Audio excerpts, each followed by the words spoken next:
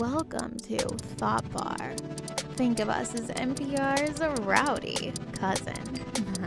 Grab a seat. Your bartenders will be out shortly.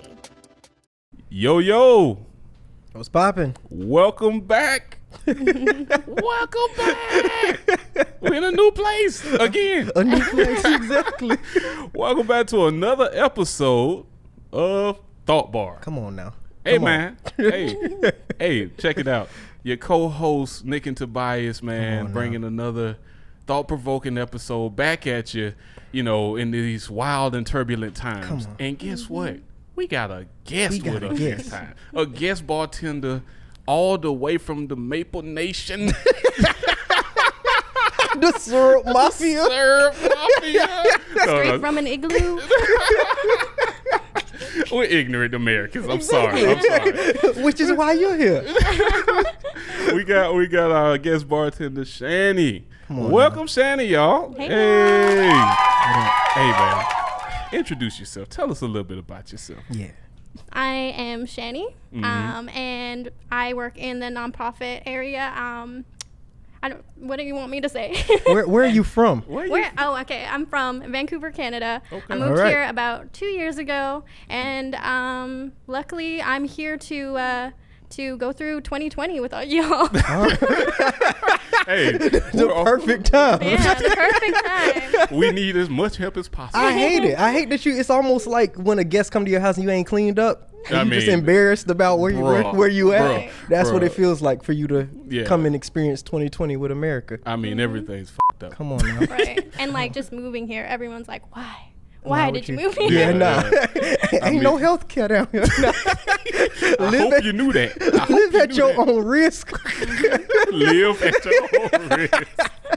Yo, man. Hey, we got another episode, and we're here at the Georgia Beer Garden. Yeah. Awesome place on Edgewood. If you're ever in Sweet Auburn, please be sure to stop by. Come on. And get you some awesome drinks. And they already have set up for Halloween. Look, as you look around us, they say if you're watching us on YouTube, they say it. And you want to know why? Because it's 2020. We do whatever the hell we want to in 2020. That's why. That's why we doing it. I thought it was because all of 2020 is really Halloween. Right? Scary as fuck. Scary as shit, and everybody wearing masks. It's been Halloween all year. I hate it here. Straight up though, man. That's really actually pretty good. Thank you. Appreciate that. Hey guys, we're gonna go ahead and get our shot list popped off for you guys, man, so we can get into this thing. All right. Our first shot, our drink of the day, is rest in peace, R.B.G. Come on now. Another one. Come on, man. 2020 takes another one. Hey, shot 2 is going to be the rise of anti-intellectualism. What's going on with that? Y'all stupid. Let's go.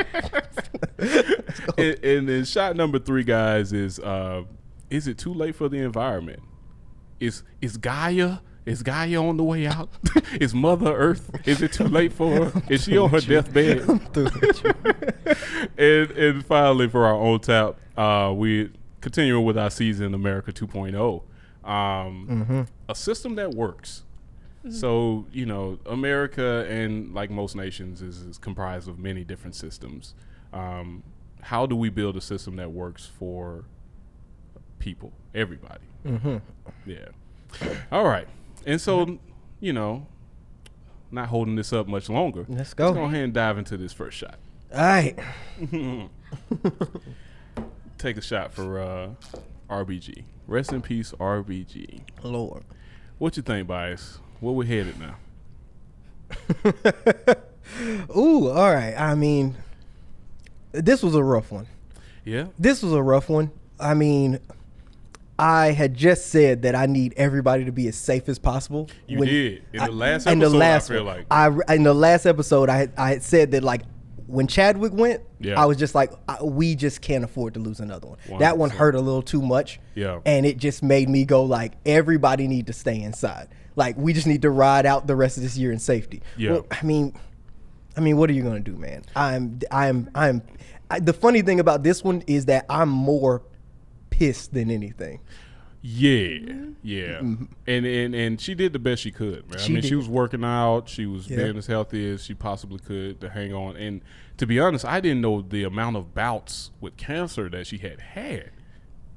It was. I mean, she survived it 3 times? Yeah. Wow. So come on. 3 times of serious cancers and I think other ailments as well. And she was hanging on for us. Right. Yes. And I mean, I would tell people, you know, I made, it's sad because I was like, look, we don't have much longer with her. I mean, that's just the real of it. That was the real of it. And before, you know, I didn't know she was dealing with cancer. I didn't know anything about it, but I mean, like her age in general, it's like, yo, you know, this is dangerous. And so we look at it, and I was worried about that now, just for her health, and then also the ramifications of her leaving. What would that mean? Right. And she, you know, she did so good for her country. And I just wish that, you know, we could have been in a place where she would been able to rest easy. I just felt like the country and the world is just in such chaos right now. Yeah. It really is. And it, you know, sometimes a loss hurts more when you know your enemies are celebrating it.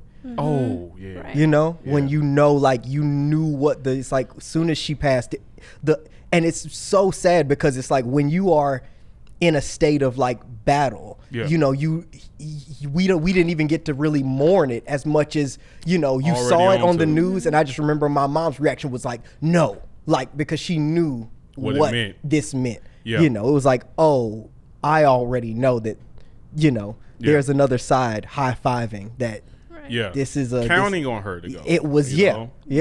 And barely even, you know, they gave their respects in a way.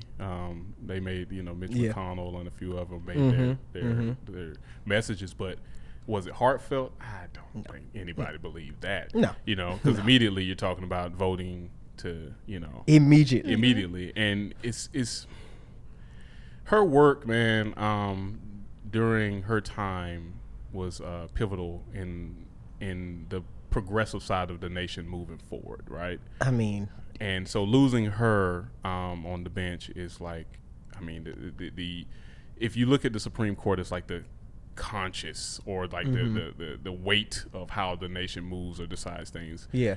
We're going counter to what the nation actually is, right? If we become more conservative, that's actually not the way the majority of Americans are moving, right? Yeah. So it's like it's like this misrepresentation, you know, just her history and just, you know, what she brought to the table. It was a lot. It was a lot. I mean, so we're she started her work so early, you know. I mean, when you start to count the things that she did, you know, before taking that seat, it's just like, I mean, you know, you can't. This is insurmountable amount of work that she's put into this country, and for her to even go out at this time, you know, you would have wanted her to go out during a time that was more hopeful, you know. So for her to be able to like look around and see these people, kind of taking power, I know that part of it sucked. But and you knew it was on her mind, right? So like her last wish or one of her dying wishes was that she wouldn't be replaced. Until the next president was picked. Of course, that will not be upheld at all. I mean, they're going to try their darndest. I mean, darn, it's they're already, you know, it's just it's sobering, really, because of what we're looking at. Yeah. Because at the end of the day, when something like this happens, I mean, even who was the Chief Justice? I forgot his name. He's been the moderate. He came in as a conservative, but he's been kind of like the balanced vote. He's had so much power because of it. He knows his power is gone because once they approve another conservative justice, he's no longer in the balance. You know, at best he can be like a soft liberal. Exactly. Liberal judge, but like he no longer is in the balance, and so we have a supermajority of conservative judges. What that means for abortion, what that means for voting rights, what that means for gay marriage is all in play. The bomb is in play. Like fucking we're in that space. And what we know about them is that they won't wait.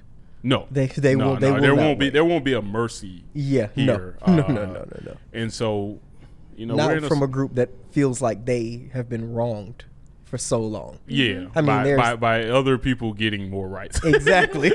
Or equal rights. Right? There's a bit of a righteous indignation that is going to come with some of their they feel like they've lost too many battles at this point. Right. Yeah. And the ball has been slowly rolling back, but now we just feel it just slipping. Yeah. You know? And it's like how, and it's like it's a hill. Like, how do we get back up there? How do we reverse the damages that have been done? Yeah. I don't, that's just, I don't know. Actually I do know. And it's like the left is gonna have to come swinging as hard when the power goes back. Yeah.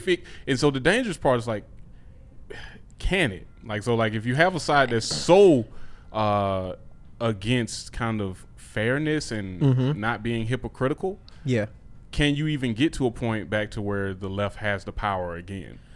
A lot of people have talked about packing the courts. So as like a retaliation, which is a dangerous slippery slope to kind of start going down. And the reason, I'm not saying I'm against the measure. Yeah. I'm actually kind of for the measure if the left wins the Senate and the presidency again. Yeah. They'll have the ability to add the number of justices to the Supreme Court to counterbalance and rebalance it to the left. Now there's some things there I do want to say for our last. Okay. That's just, all right. When it comes to making the country a better place. Yeah. That's Well, I'm gonna say, I'm generally for that tactic. I do understand there will be negative ramifications behind that tactic, because really what you'll get is probably a situation where every time the power swings completely to one side, people just pack the court. So you have like a 30-person Supreme Court where you don't want that kind of shit, right? That's just started to dilute the situation, and the court becomes like ultra political. But it's the nuclear option, and I think that the left is going to have to take it, and we just got to go from there, and it just sucks. Just sucks. Yeah. Let's start talking about the people that are supporting the right and Chany, we trying to stay apolitical. Really? Chany's just like you trying to stay apolitical? No. See, the funny thing is, I'm usually not trying to stay apolitical. So it looks like our Supreme Court just swung to the left a little bit. And Nick has lost all his power. I've lost all my power. Because I'm looking like, you're right, girl. Shoot. What about them? What about my righteous indignation? Right. What about the anti-intellectualism? Man. She transitioned. She said, alley-oop. She said she done took over. Oh, man. So since we've been pushed by Chany into the next shot, we put that shot down. We're going to put that shot down. Rest in peace and power, R.B.G. Yes. For sure. Yes. And God help us all. Jesus Christ. All right. Seriously. But no, the next shot, guys, is our pop shot. All right. And we're going to go ahead and jump into the age of anti-intellectualism. Whew.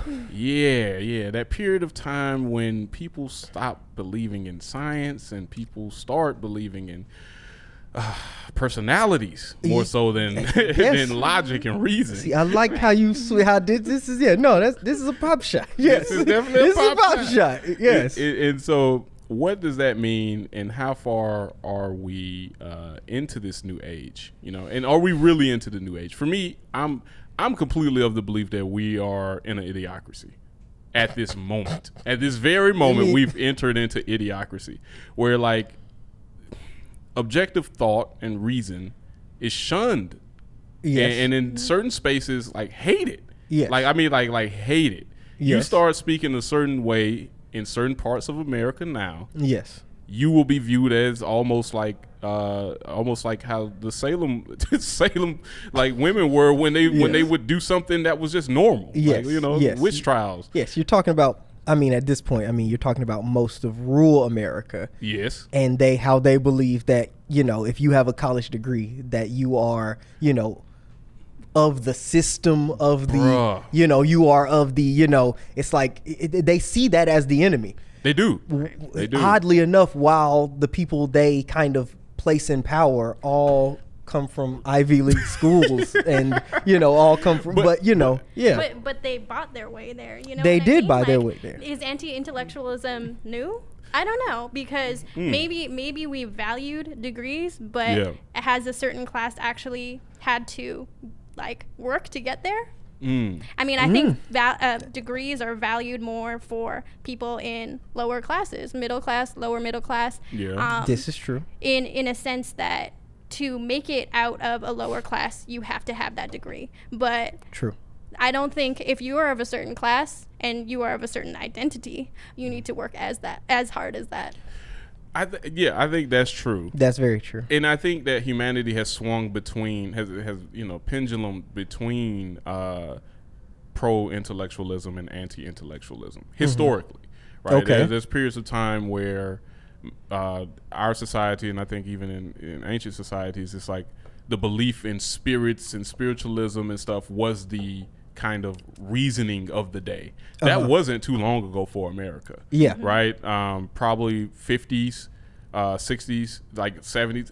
It was certain things you started to say. If you start speaking against, God or start speaking, anti-religious, that was grounds for almost stoning. Now, I'm not stoning, but like outcasts and that type of shit. But I think in the 70s you started to get a rise in people wanting that spiritualism, people wanting that hope, rather than people going to sources like going to India and trying to find religion in different places. And I think that we're starting to see that again, where people aren't really respecting, or not respecting, but people aren't looking to traditional methods of education. People want that spiritual experience and that hope. Yeah, definitely the 70s is for sure where the modern version of that comes from. The idea of, the suits being the enemy. You know what I'm saying? Like, even on the college campuses, it kind of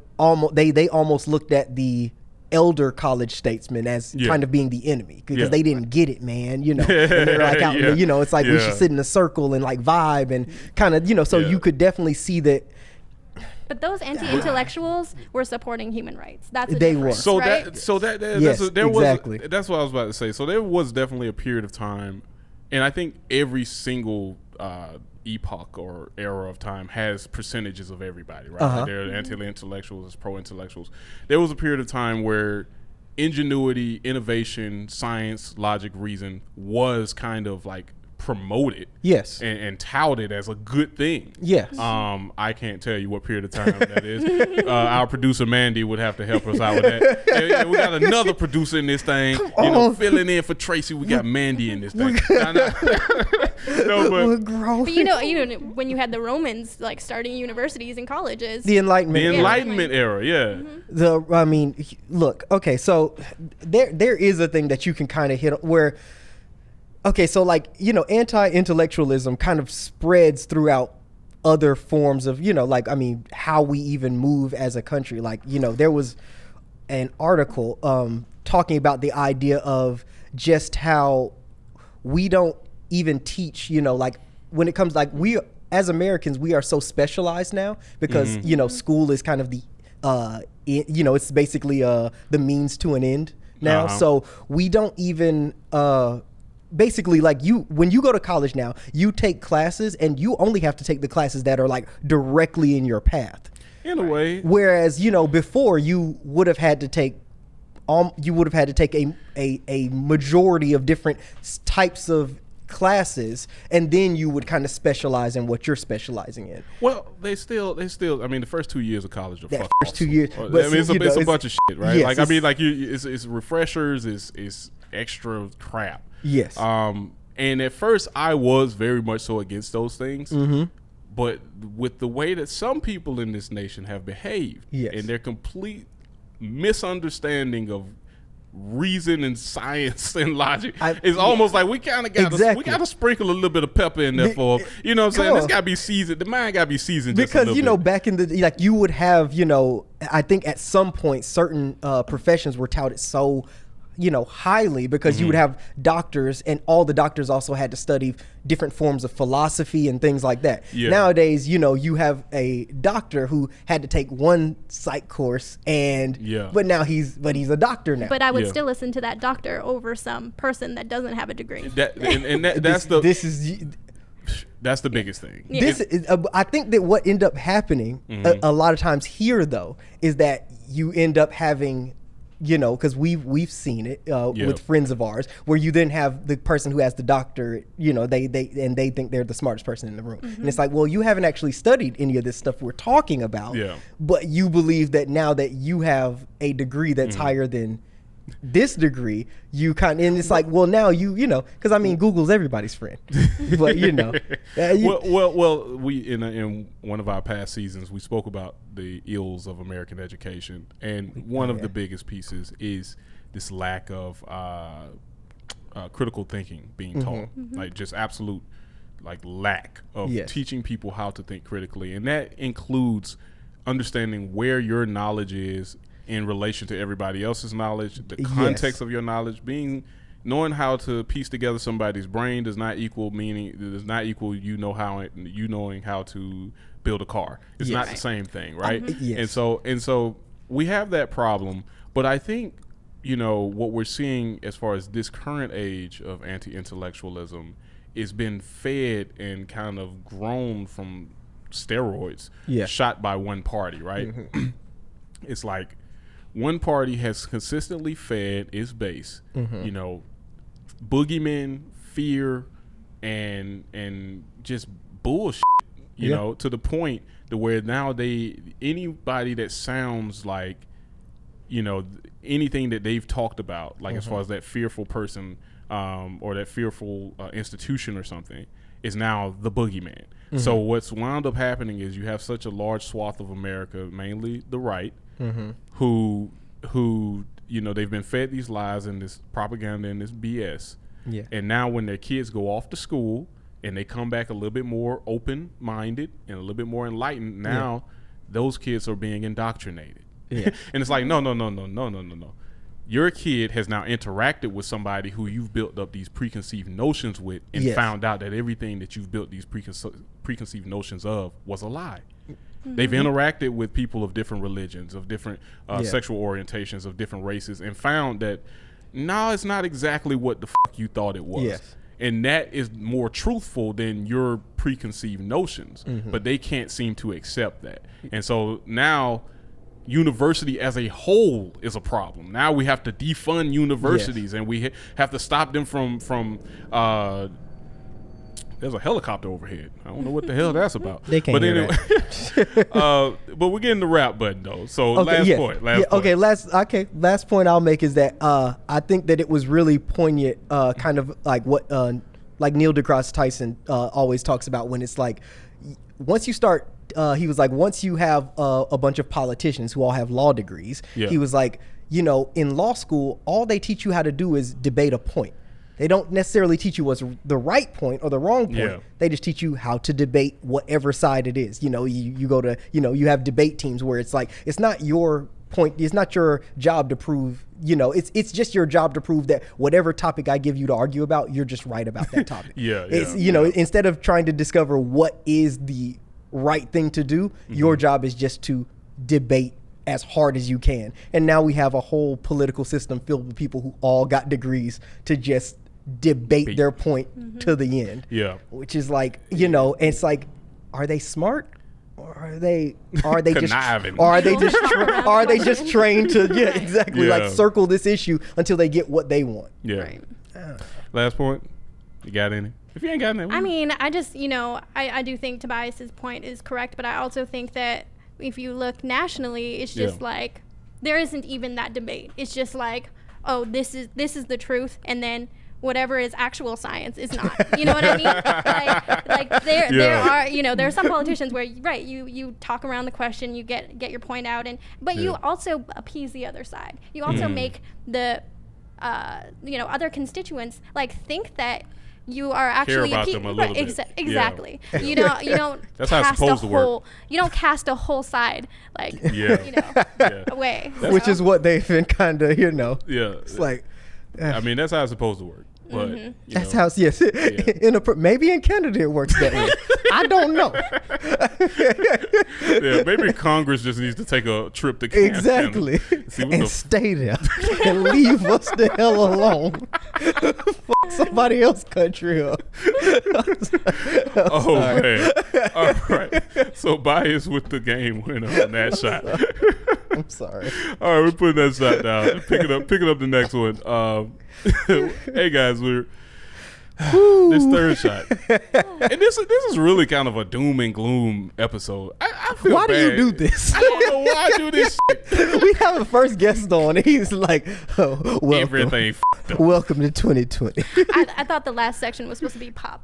Exactly. Happy, That's what I thought. He gonna choose the darkest. I'm like, the pop thing. Okay, yeah, let's talk about some music or something. Oh man, I'm sorry guys. I'm gonna do better. Oh man, signs of the times. I know, right? I ain't trying to listen to no damn music. It's gloomy out here. Oh man. All right. So this tech shot we got, guys. What's up? Is it too late for the environment? As in, we fucked this place up. I mean, we can just draw you. it into what we were talking about in the last, shot. Just the fact that people don't even believe there's climate change. Yeah. That's a thing too, right? Yes. Yeah, that's totally a thing, and globally too. That's the scary part. It's like humanity. So I'm gonna start it off this way. What was it, 11,000 scientists? 11,000. That's got to be all of them. I mean, 11,000. Ain't that many scientists? How many scientists do you know? Is this specifically climate change scientists? I don't know. Okay. But like you said, I trust them more than Hoboken. Goddamn. Then Billy Bob. No, 11,000 scientists have predicted that we will suffer what is unseen pain or something to that effect if we do not change course soon. Right. When in regards to how we treat the environment, when those type of things they're not just warning signs, bro. That's somebody clubbing you over the head, telling you to wake the hell up. And it's the guys who are supposed to club you over the head and wake the head. It's like normally we hear that kind of stuff from conspiracy theorists and people who are like, just frantic about it. But no, the guys who study this stuff. The guy I paid to tell me if things are going wrong is now telling me this is going wrong. The sentry on the wall is ringing the hell out the bell. And nobody is like, listening. I don't believe him. And the switch just doesn't go off, exactly. right? People are just like, oh, okay. Paul Revere is like, the British are coming. And people are like, nah. I don't believe that. I don't believe it. At all. Always talking about the British. Exactly. So we have this issue. We have issues of we're starting to find microplastics in our food supply. Yes. Yeah. Microplastics are starting to find their way into our food supply. And then, of course, there's the massive junk pile that's floating in the Pacific. But there's several junk piles that are floating across most of the world's oceans. And guys, like the world is starting to give us obvious signals. Yes. That's like, it's being strained at this point. The wildfires. Everything's on fire. Come on now. It's I mean, the hurricanes. We've had more. I think it's wild how quick this happened because I wasn't even paying that much attention to it. But it's like we've had so many storms that we've ran out of names for the season, and we're now using Greek alphabet to name storms because we ran out of names, y'all. Regular names. That happened. Come on, man. I don't have time. We ain't got no Zelda. We ain't got no Bruh, come on now. Y'all want to go ahead and call it? Yeah, we've run out of time. Probably it's probably too late. We can't. I mean, look. That's what Andrew Yang said. I think you brought up a point that was very.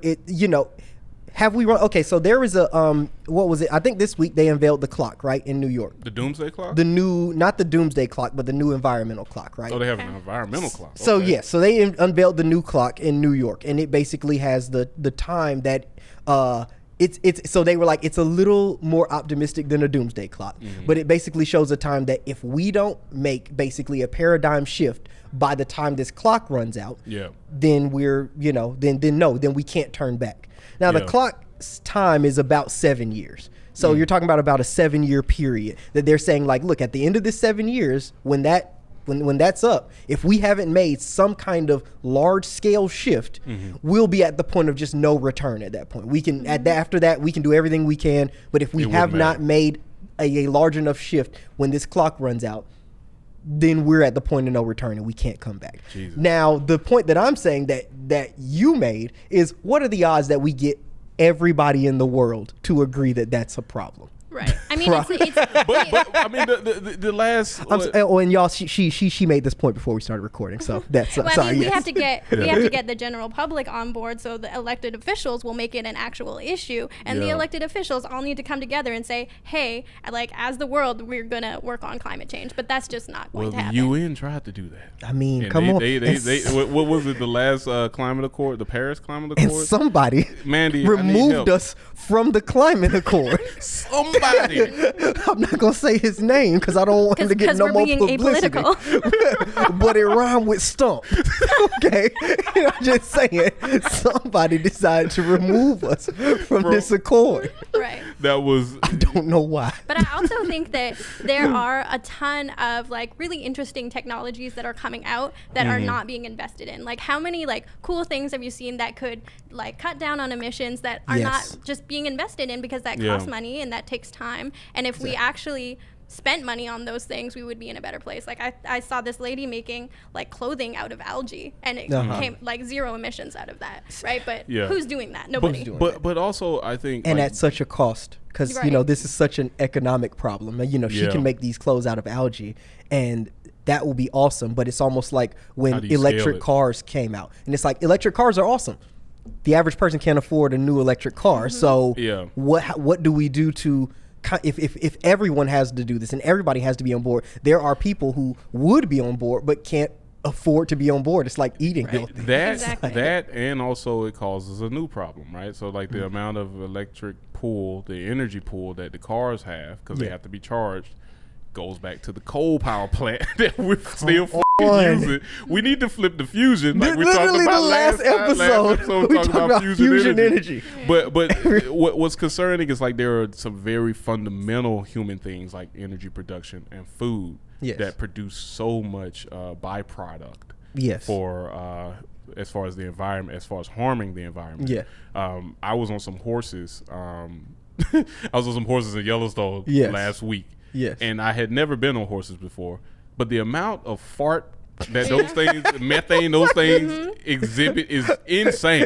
And it was like, dude, like every 2 seconds, it's like, bruh. but I say that to say this: cows do the same thing. And so like we're such a meat oriented, or at least the United States, or at least Western civilization is such a meat oriented, cow oriented, beef oriented society. That, like, I mean, the amount of methane gas that we're producing just from that alone is really, I mean, we would have to shift that entire. We would have to shift the diet of America, of the Western world. Come on now. But you know what's also interesting? The green industry. It's actually like they say, oh, these products are like biodegradable and they're made out of like all these great ingredients, like natural ingredients, but a lot of them actually use a lot of like emissions to get here. I mean, they have to be shipped all the way from wherever they're made to like cut down on costs, because we're we're talking about a shift that humanity can't make. Right. And I'm the cold realist.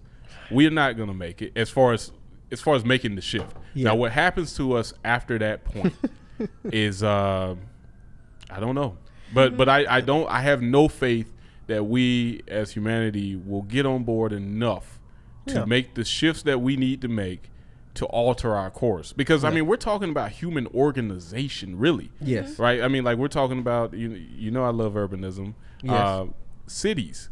It's like we're talking about needing to be denser. We're talking about needing to use our resources better to produce food more, locally. Yes. The amount of shit, I mean, how is that going to happen? I mean, we're not even talking about just major cities like New York. How could New York even feed itself at this point? How could we reorganize the region of New York to feed itself? Yeah. We can. Yeah, you can. And so, so really, unfortunately, man, as a creature, we just bump our heads a lot. And this is going to be one of those situations where we bump our heads.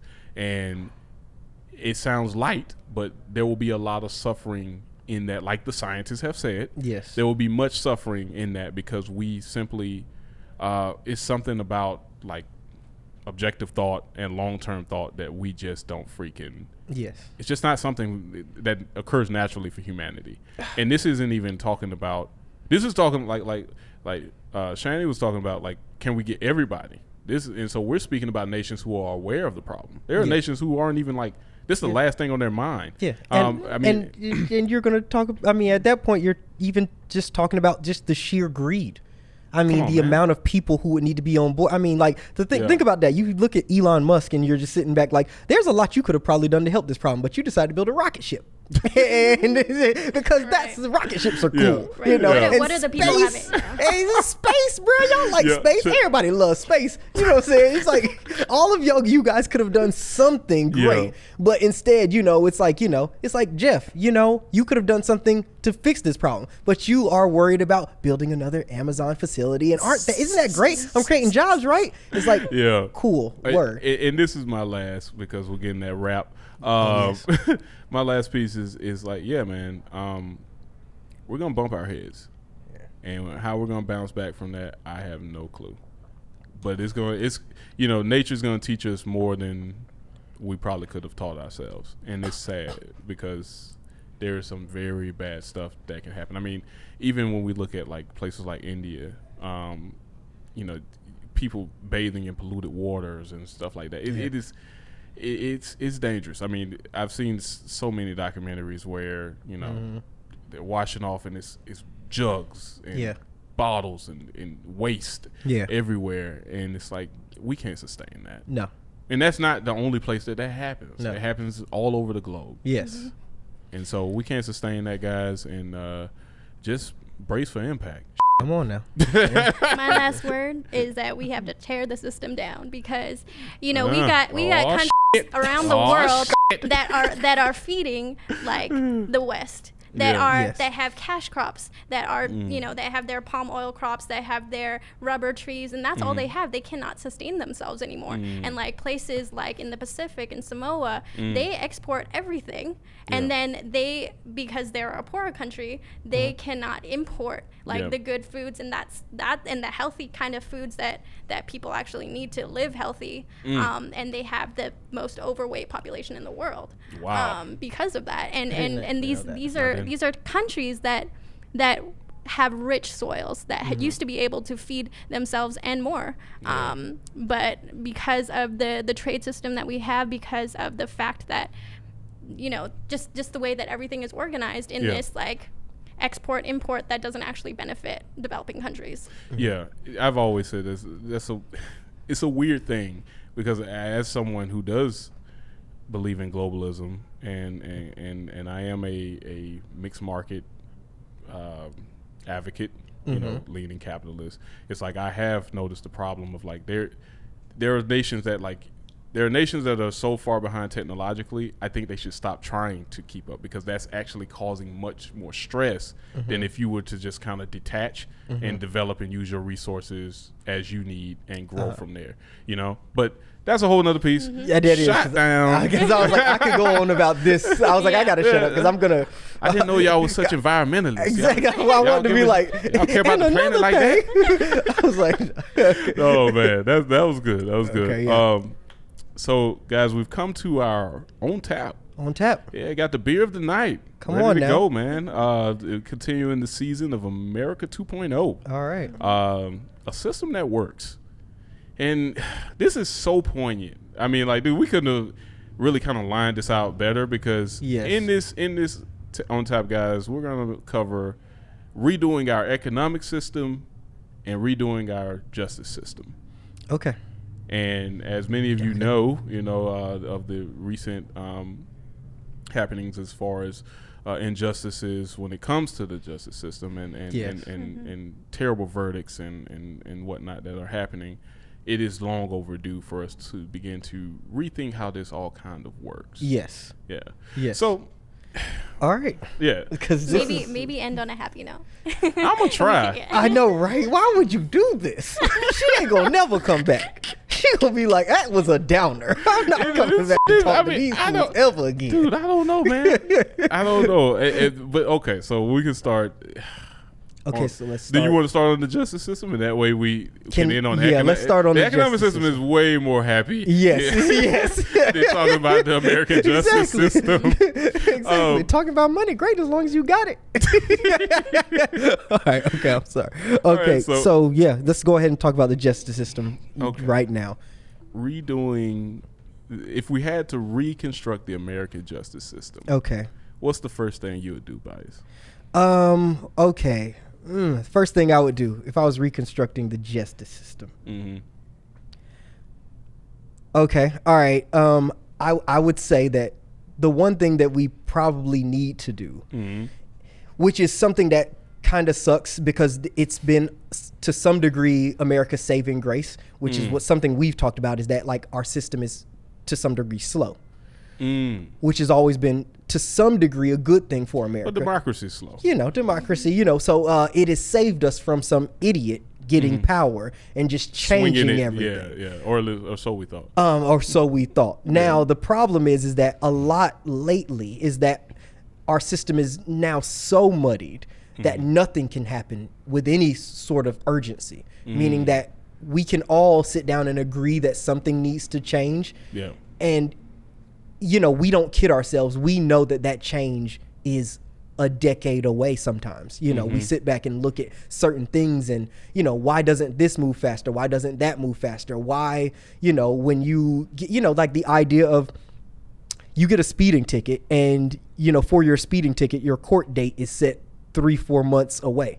It's like, can I not just pay you right now for this speeding ticket? Or is this something that has to go through a system of then somebody else has to see it and then somebody else has to go through? It's like, well, everything is so slow that, we do end up in situations like this. I think that, right now, I mean, if we're starting on the darkest note, of course today, we, yesterday, I mean, you end up getting the Breonna Taylor verdict. Yeah. For something that that you can see that even when the Breonna Taylor situation happened, everyone, even people on the right, thought, no-knock warrants are stupid. Like, we shouldn't be doing no-knock plainclothes officer warrants. The fact that an officer can just bust in your house with regular clothes on and just try to arrest you at gunpoint is ridiculous. And everyone agreed to that. Everybody agreed, like the right, the left, everybody agreed, like that's ridiculous. Now, the thing is that we probably agreed that that's ridiculous 2 decades ago. But the idea is that, what ended up happening is that, in a big part of the reason that she didn't get the justice that she should have gotten was that what ended up happening was that they finally just changed the law. It was just because, and it's like I had spoken about the fact that once you change the law, then you can't then hold the officer accountable. Because the officer was just doing exactly what the law said he could do, which is bust in somebody's house and try to arrest them at gunpoint. And if they fight back, I'm allowed to get into a gunfight with this man. Yeah. So once you say, okay, the law was wrong and you change the law, then you kind of, at that point, absolve the officer of any wrongdoing because he was just doing what the court system said he was allowed to do. Yeah. But the fact that it took all of this to get rid of a law that we all thought was crazy is just bananas. So I would just speed up. That would be the first thing I would do to our justice system. Speed it up a little bit. Okay. Well, I think you kind of made me think about some stuff as far as like, when we break down the justice system, it's really 3, maybe 4 components. It's the interpretation of the law, the enforcement of the law, and the creation of the law. I think in that space, especially with Breonna Taylor, I think all 3 failed. Right, so like the law was stupid, like you said. The enforcement of the law was stupid, and then how we interpreted the law afterward, the shit that happened was also dumb. And so, And going off of that, if we want to improve this thing kind of going forward, I think the hardest tool to change would be the enforcement of the law and the interpretation of the law. And that requires a shift in how we elect our judges.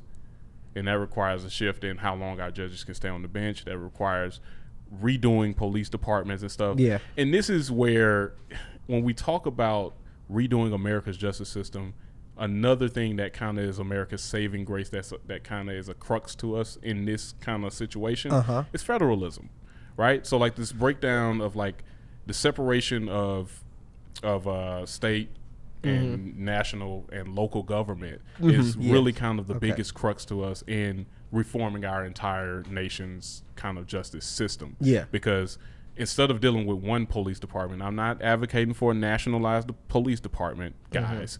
But maybe I need to analyze it, because maybe I could. I mean, maybe one day I would. But but it's like, I'm not, instead of reforming one police department, we have to reform thousands. Yes. Like every time we try to push for, or even the sheriff system, right? So like the sheriff system is a whole nother thing, relic that probably needs to be done away with, right? Yes. But we have to do this for every single local jurisdiction.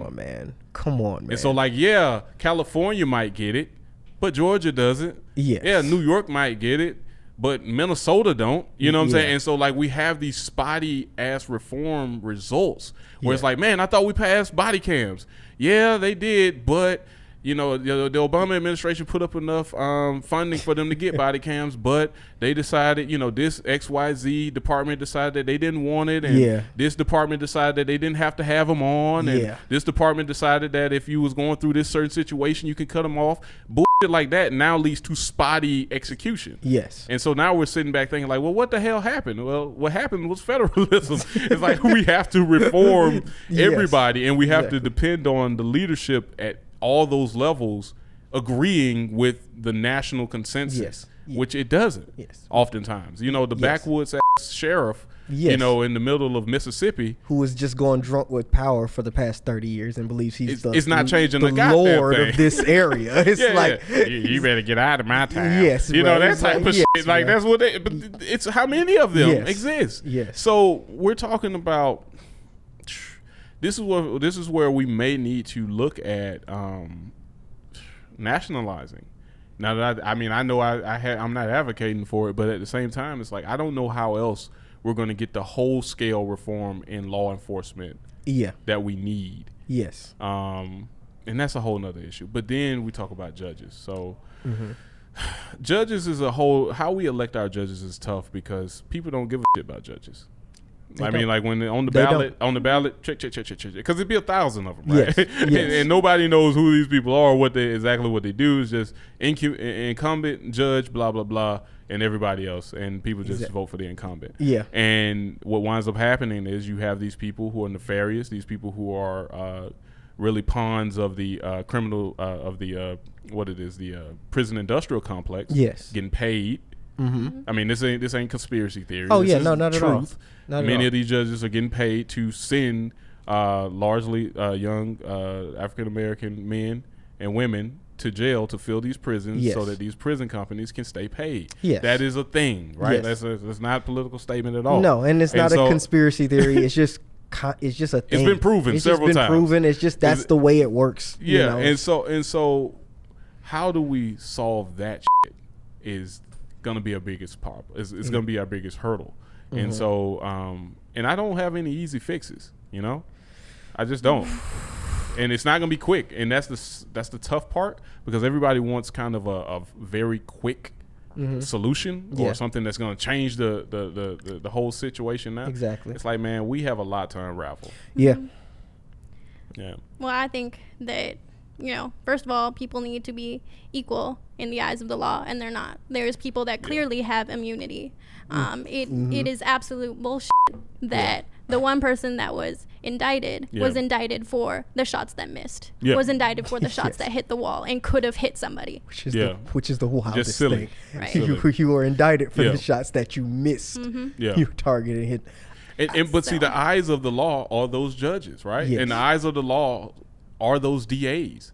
And that's what that's what we're looking at. I mean, our last episode was speaking about like term limits and trying to kind of control that kind of shit, right? Like if we can have term limits, we can limit the power of those, and we won't have Sheriff Joe Buddy, you know, just sitting up here for years as a sheriff, you know, ruling over these counties with his dumb ass. You know what I'm saying? Yes. It's like, and I think, man, look, this year, me and my wife were looking at just judges, like the different judges who are on the ballot, and it's so interesting just how different they are.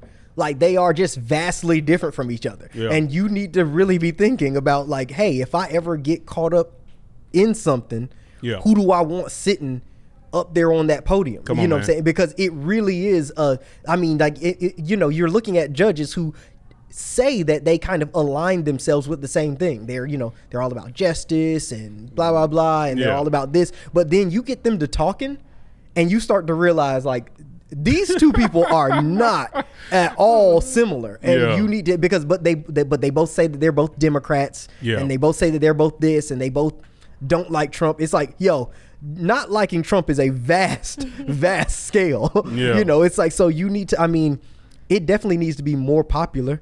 I mean, they need to, I don't know, man, maybe they need to start making rap songs or something. They need to be more popular. Yo, did you speaking of that and civic activism, did you see the Atlanta strippers ad for voting? Yes. Woo, Come on now. Oh, man. That is the finest of civic engagement. Come on now.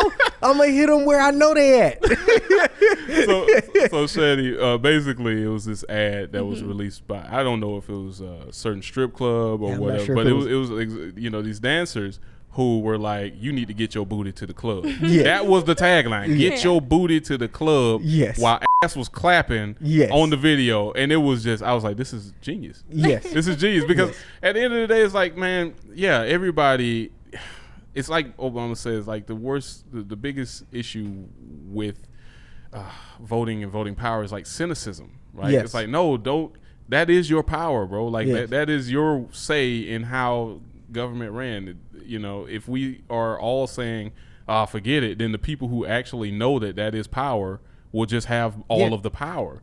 And so I just really enjoy, you know, seeing every level in every every section of society, like, yo, get out there and vote. That was a big part of Cambridge Analytica's like that was a lot of their strategies. Like Cambridge Analytica would help people win votes, and one of their primary strategies to help people win elections was, oh, we don't have to get more people to vote for you. We can just convince the other side that voting doesn't work, and then they won't show up, and then you'll win the election. And it's like, you know, it's like, oh yeah, we'll tell them we'll get one of their pop stars to say something about not really ever voting, and then half of them won't show up and you'll win the election. And for those of you who haven't watched The Great Hack on Netflix, please check it out. It will change your fucking mind. It's the wildest documentary. I'm a documentary watcher, and that is probably one of the wildest documentaries I've ever seen. And it's just about how Cambridge Analytica was rigging elections around the world. And rigging is a tough thing. Okay, influencing. Influencing. Yeah, so Cambridge Analytica is a political marketing machine, essentially, that was using advanced tactics to influence elections. So they would take your information from social media, and they would say, all right, we see that you like X, Y, and Z. We're going to target ads to you in this way based upon X, Y, and Z. And so they would begin, and like he was saying, they knew that they didn't have to convince a whole base of anything. They just had to move what they call these, impressionables or persuadables. Yes, exactly. They just had to move the persuadables enough out of the way to where their candidate will win, and it happens every time. And in fact, in 2016, it came to revelation that a lot of their strategies were at play. And it worked. It worked. And some of their strategies, which were really crazy, was that they even had strategies for targeting people who weren't on social media. And they were just like, oh, you're not on social media? Cool. Well, I know your 6 friends are. And if I can just convince your 6 friends to do this, you'll follow along with whatever your 6 friends say. You'll kind of go along with them. So it's like, yeah, you can try to Yeah. avoid us, but okay, cool. I'll catch your auntie, your uncle, I'll catch your best friend and your other friend, and I'll just influence them enough that they'll eventually get it back to you, and then I'll see your needle move. And I was like, this is actually wild. This is actually the wildest, you know. But yeah, that was So but yeah. all of that, we went off on a tangent. But did. but no, when we look back at reforming the justice system, fixing how we elect our judges, fixing how we enforce the law, which is the police departments again, you know, is a whole nother story. What you brought up about the idea that, you know, the law needs to see everyone equally. There is a portion of that I, you know, it's one of those things where someone's I recently saw an article about some young black boy who asked the judge to basically try him as a white man, and everybody thought it was a joke. And what they basically showed was that some lawyers showed that like this young black boy wasn't joking. He had actually done his research and saw how that case had been tried for other white people and how that case had been tried for black people. And he brought it to the judge and said, hey, this is how you've been judging the white guys who do exactly what I did, and this is how you've been judging the black guys who did what I did. I want you to judge me the way you judge them. Yeah. You know, I'm, you know, first time offender, just like these people. And it was like that idea that, you know, it really is a kind of different set of laws sometimes, you know, for different sets of people, whether that be, you know, black or white or rich or poor. You know, it seems like, you know, you hear about the same kind of crime and the punishment for the crime is just all over the board. You know, it's just like, hey, you know, we probably do need to kind of figure out how we feel about this crime and feel about people, you know, carrying marijuana in their pocket. You know, or maybe it's like something like, yo, man, like, I don't know, dog. Maybe it's something like, hey, man, every year judges have to go through so many hours of diversity training. I don't know. Something. It's little stuff like that may help, maybe not. I don't know. Look, man, I mean, going to even before when that young boy goes to in front of the judge, even before then, there is bias in the fact that black communities are over policed. So how many people are they picking up off of the street that are white if they're mostly in black communities? And also just the fact that like minor infractions like having marijuana in your pocket or running a red light, if you don't pay that, if you don't pay that fee, if you don't have the money to pay that, you're in jail. And then you come and then something else happens and then you're in jail again, and the punishment gets heavier and heavier, and then you're in jail for 5 years for running a red light. Like that is It's insane. That's insane. But see, in what we're looking at is like human flaw. Like human flaw, and it's like, how do we eliminate or reduce the human flaw in there? Because as long as racial bias or racism is able to exist, and it will always exist, there will be people who filter into these positions of power. How do we limit that? I mean, hell, look at what the is going on in Florida. They're mad at Michael Bloomberg for trying to pay off the debts of the felons who the people of Florida wanted to get their votes back, their voting power back to them. Come on now. And they tried to throw that crap in the way of them of like, hey, you got to pay off your debts, knowing damn well that a felon has a hard time getting a job, knowing damn well they have a hard time getting a job at the level that's going to pay off thousands of dollars of debt. Come on now. So by de facto, they would not have their voting power within their lifetime. And you're mad because a guy is trying to accelerate them getting back to their full service status as a citizen and getting their voting right back. I'm not. That is madness. But that's a whole. But that's those who create the law. Well, let's use that to segue into economics. Yeah, she's we got to keep moving. Yeah, okay, all right, we just gonna keep moving. Okay, cool. no, we will. We will. No, okay, economics. All right, so Justice Department, reforming the justice system is going to be a long battle. But reforming that economic system may not be as much of an uphill climb as we're thinking it will be. Because I'm gonna say Explain yourself. I'm gonna explain it this way, because so America is a consumer-driven economy. Yeah. Consumer-driven mixed market economy, mostly capitalism, but we have elements of socialism too, right? Yes. The consumer decides the end of all of it, regardless of whether they recognize that power or not. When consumers start saying, hey man, I want to stop eating poison and I want to eat healthy, companies start to companies that was meatless and non-GMO and all this flourished and they changed markets because of change of consumer preference. And what I'm saying is we can reform the economic system if we start to lay into pushing those types of levers to changing consumer preference, which then changes how companies produce, which changes what they produce also.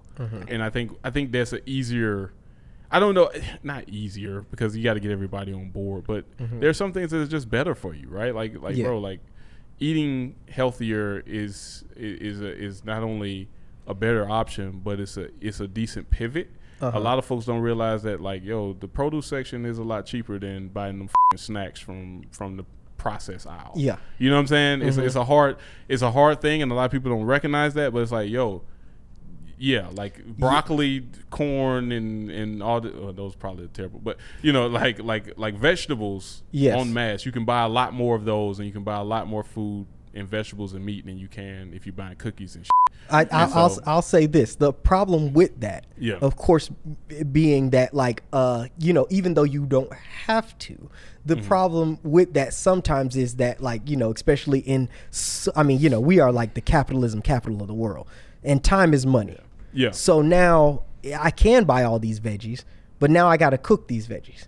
I have to actually be active in creating my own food, which takes time out of my day. And if I'm having to cook everything now, and I know that, like, you know, it's like everything that's cheaper is just, and it's usually cost effective. It's like it's not that I don't have the money to go and eat well, but I'm just passing this McDonald's, and I just need to get it so that I can go and I can get to work, because I woke up and I'm already kind of late for work, so I'm gonna stop and grab a McMuffin, and I don't have the time to be like, I could cook these eggs that I bought, even though these eggs are super cheap, and I could have woke up early to get the toast and the, you know. Well, that's one. I mean, that's one of the, like, obstacles when we're talking about changing consumer preference. But as far as, like, changing the economic system that we go by, I think that's a politician thing, and I think that's a consumer preference thing. And I think though the consumer preference thing is a little bit tougher, the voting, like the politician thing, might not be as tough, because at least localized, like not nationally, but like so if we as people in Atlanta want a more progressive council, we vote for a more progressive council, right? I just don't believe in, you know, capitalism to fix the ills of capitalism, right? Like I don't have the power to change consumer preference. If I just stop eating at Chick-fil-A, is that going to change how successful they are? Probably not. And then there are these businesses that go into certain communities that and certain supermarkets. There's places in Atlanta, in the United States, that are food deserts. They have very little options of what they can actually get. So I don't actually believe in, like, just changing our choices can actually have that much power. Because I'll say that definitely, because, like, the food, it's like once you get in the food, there's just like, well, it's like you could just not eat McDonald's, and it's like, but there's the only thing in my my vicinity. I don't have a choice but to eat this McDonald's. I mean, I agree. It's tough, like, in that sense. Yeah. But I think, you know, if we look at, like, and that's why I brought up the voting piece. It's like, there are politicians that are now coming to the forefront that will push for changing our market system in a way that'll be beneficial to society. I tend to believe that, and I've said this plenty of times, it's like capitalism is good for widgets, like creating widgets. Like if I need to create like 1,000 glasses or products, I think it's good for that. But when you talk about, like, things that affect the life of people, like the health, the health of people and things of that nature, it's like, it's terrible at it. Like, we should never get what we've done, and what we've screwed up is we've let capitalism run free across all market sectors. It's like, nah, bro. No, capitalism you shouldn't have to capitalize lettuce. It's like, he's gonna make worse lettuce, guys. You know that, right? or I mean, this is where we get the industrial complexes from, right? So like, capitalism we should not have independent arms creators. Yes. Like, Boeing shouldn't exist. Well, not, they're weapons arms. Yeah. Lockheed Martin shouldn't exist. Well, these should. If we're going to create weapons, then the U.S. military should hire scientists to design weapons. It should not be, hey man, you create a company and you try to sell us what your designs and now that, man. Because anytime you marry the profit motive with life, things that affect life as a whole, you have nasty outcomes. Prison industrial complex, military industrial complex, the pharmaceutical food industrial complex, all of it is just is a situation where profit matters more than human life. Yes. And so we have to pull all that back and put capitalism back into place of where it's supposed to be, and that's producing widgets. Because one thing socialism or a more social a situation where like government, I guess, is bad at is predicting market swings and supply and demand. Like, we might overproduce or underproduce something. China's gone through that several times, where they've just their cities in fact, like China was building cities at a rapid pace where they was building these ghost cities.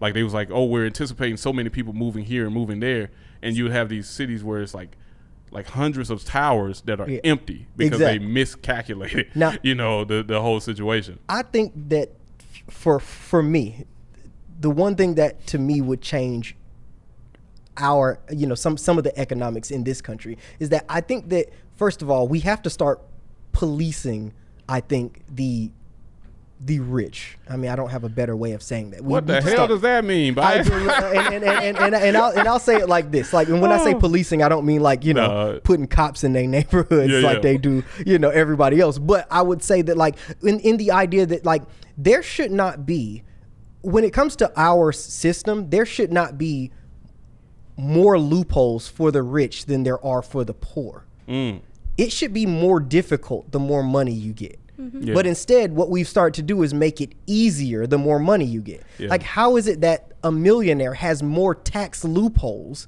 than a poor person? And I get why we did it, because we were trying to incentivize someone to kind of like, hey, become a millionaire, because things get easier as you go up, and we're trying to incentivize that idea, that investment. Exactly. Whereas, like, but I think that that kind of ran rampant. We didn't necessarily police that idea. We just kind of let it go crazy. And now all of a sudden, like, you have Bezos jumping around looking for who's going to give him the best tax incentive so that he can put another facility there. It's the idea that it's like, why have we gotten to that weird point that it's become that corruption. Like, oh, if you're poor, I'm going to make life harder for you. But if you get money, I'll slowly make this easier. And you can actually tie that to the criminal justice system, because I can't remember what country in Europe does this, but for speeding tickets, it's based off of what you make as your salary, right? Because if you think about your speeding ticket being $200 and you make,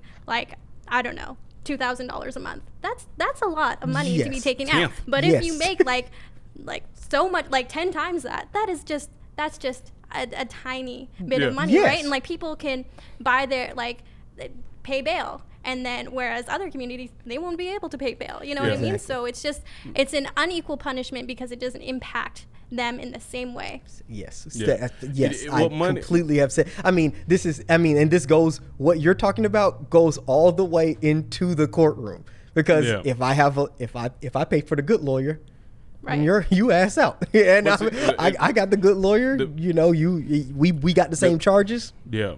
The prison industrial complex it is where you get a situation where private companies now have an incentive to lock up more people, or find ways to get more people locked up. So they lean on the judges, they lean on the police departments, and then now we have quotas for the police department. Exactly. As the police department says, we don't have quotas, we just have a certain number of people we have to lock up every month. I was like, like a quota? What are you talking about? But military industrial complex too, where you have weapons makers pushing for wars.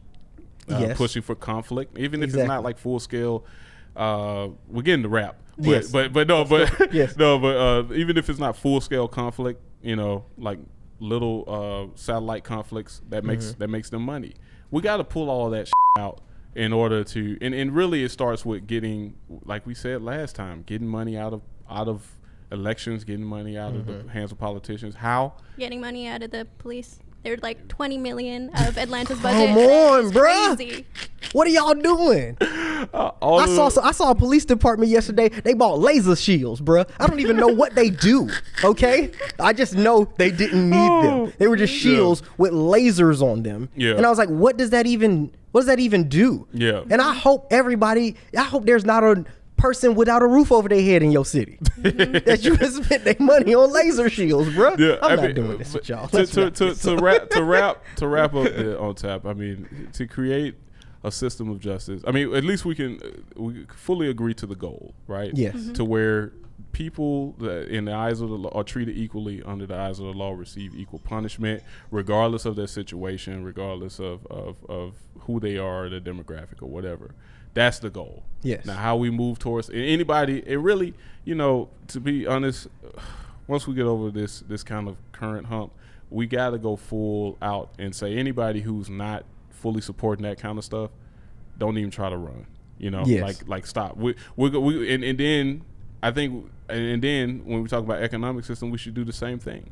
It's like if you're not talking about pulling capitalism out of these places that capitalism doesn't belong anymore, hey man. You don't even start running, because we're going to be against you. Yeah. And I think once you look at that, pulling money out of places that pulling capitalism out of places that doesn't belong, pulling money out of elections and politicians, and reforming the justice system, that's kind of the triumvirate of what the new America agenda should be.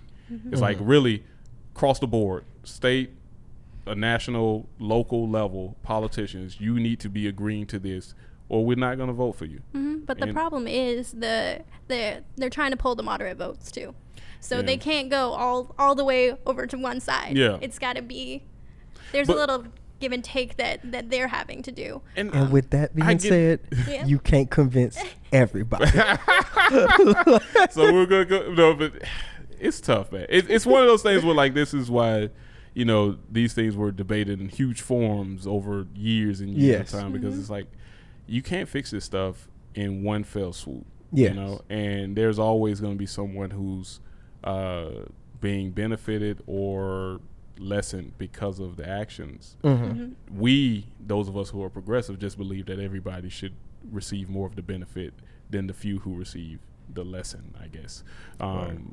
And really the people who are going to receive the lessening are those who already have way more than what you could even hope for in a lifetime. Right. And what people perceive is that it's taking, the folks that have money, they perceive that it's taking something from them. And it's really just meeting people's basic needs.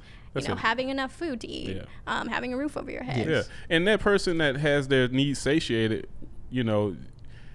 that becomes another customer for you. That becomes a fully engaged employee. That becomes a person who, it's like, and they see this shit. The very, very top wealthy who have been they've been asking to be taxed more, like the very, very top. Yes. It's the middle ground wealthy people who are like not the 1%. Exactly. They're like the 5%, the 10%. They hate, like they're trying to get to that level. So they're like everything that piles onto them, they hate it. Yes. But it's like, like you still have way more than 99% of the globe. Exactly. But anyway, a new and refreshed America would have a new justice system and a new economic system that benefited everybody in society. And would work on preventative measures rather than intervention, because that's what police are. They're intervention, right? Yes. If you go into prevention and invest into those instead of spending, how much percent on your police. Come on. So, prevention would help with the economic system and the criminal justice system. 100%. 100%. And with that, guys, we put our shot down. Man, we gonna put the shot in the beer down. Everything. All of it. We done drank it. All of drink all these thoughts. We done ran overtime. By a long. By a long. Hey, Hey guys, man, thank you all for listening and hanging on in there with us. I know this was a dark episode. I know, right? And we got the bloody We got mallet the on bloody the tab. candle and the bloody mallet. What were we doing? What were we thinking? Because it's 2020. It's Halloween 2020. came early. I mean- But no, but I mean, guys, it's a dark time. I mean, all jokes aside, it's a very dark time. But I hope that everyone out there is keeping their head up and engaging as much as possible. Mm-hmm. For as much fear that as we have to combat it with hope. Mm-hmm. And I know it may be hard to produce sometimes, but we owe it to those coming behind us. We owe it to those who've came before us, and we owe it to our goddamn selves to make sure that this don't slide off the fucking cliff. Because then there are worse things that will await us down there at them rocks, them jagged rocks at the ocean. No, but I just hope that you're keeping your heads up, man. We're gonna get through all of this together, one way or the other. You got any last thoughts? No, I just want to say thanks for having me, guys. Oh, thank you. We needed you. We needed that Canadian input. That just tear the system down. Exactly. Y'all been doing it wrong. F it. Exactly. Come on now. Oh man. But Well, I again, will not uphold Canada as the example, but that's Okay. another episode. that is another episode. Mm-hmm. But again, thank you guys for listening. Please like, share, subscribe on all the major platforms, especially YouTube. Especially YouTube. We're new What's there. the YouTube handle? YouTube, Thought Bar. Thought bar. Bar. Yes, Okay. everything's Thought Bar. Everything's Thought Bar, Yeah, man. we cohesive. Exactly. No. But thank you guys for listening, man. Hey, we're gonna get through it, and hope you guys continue to listen. And we'll see you guys next episode. It's your bartenders Nick and Tobias, and our guest Chany Come on. signing off. Peace. Thanks for listening. See you again soon.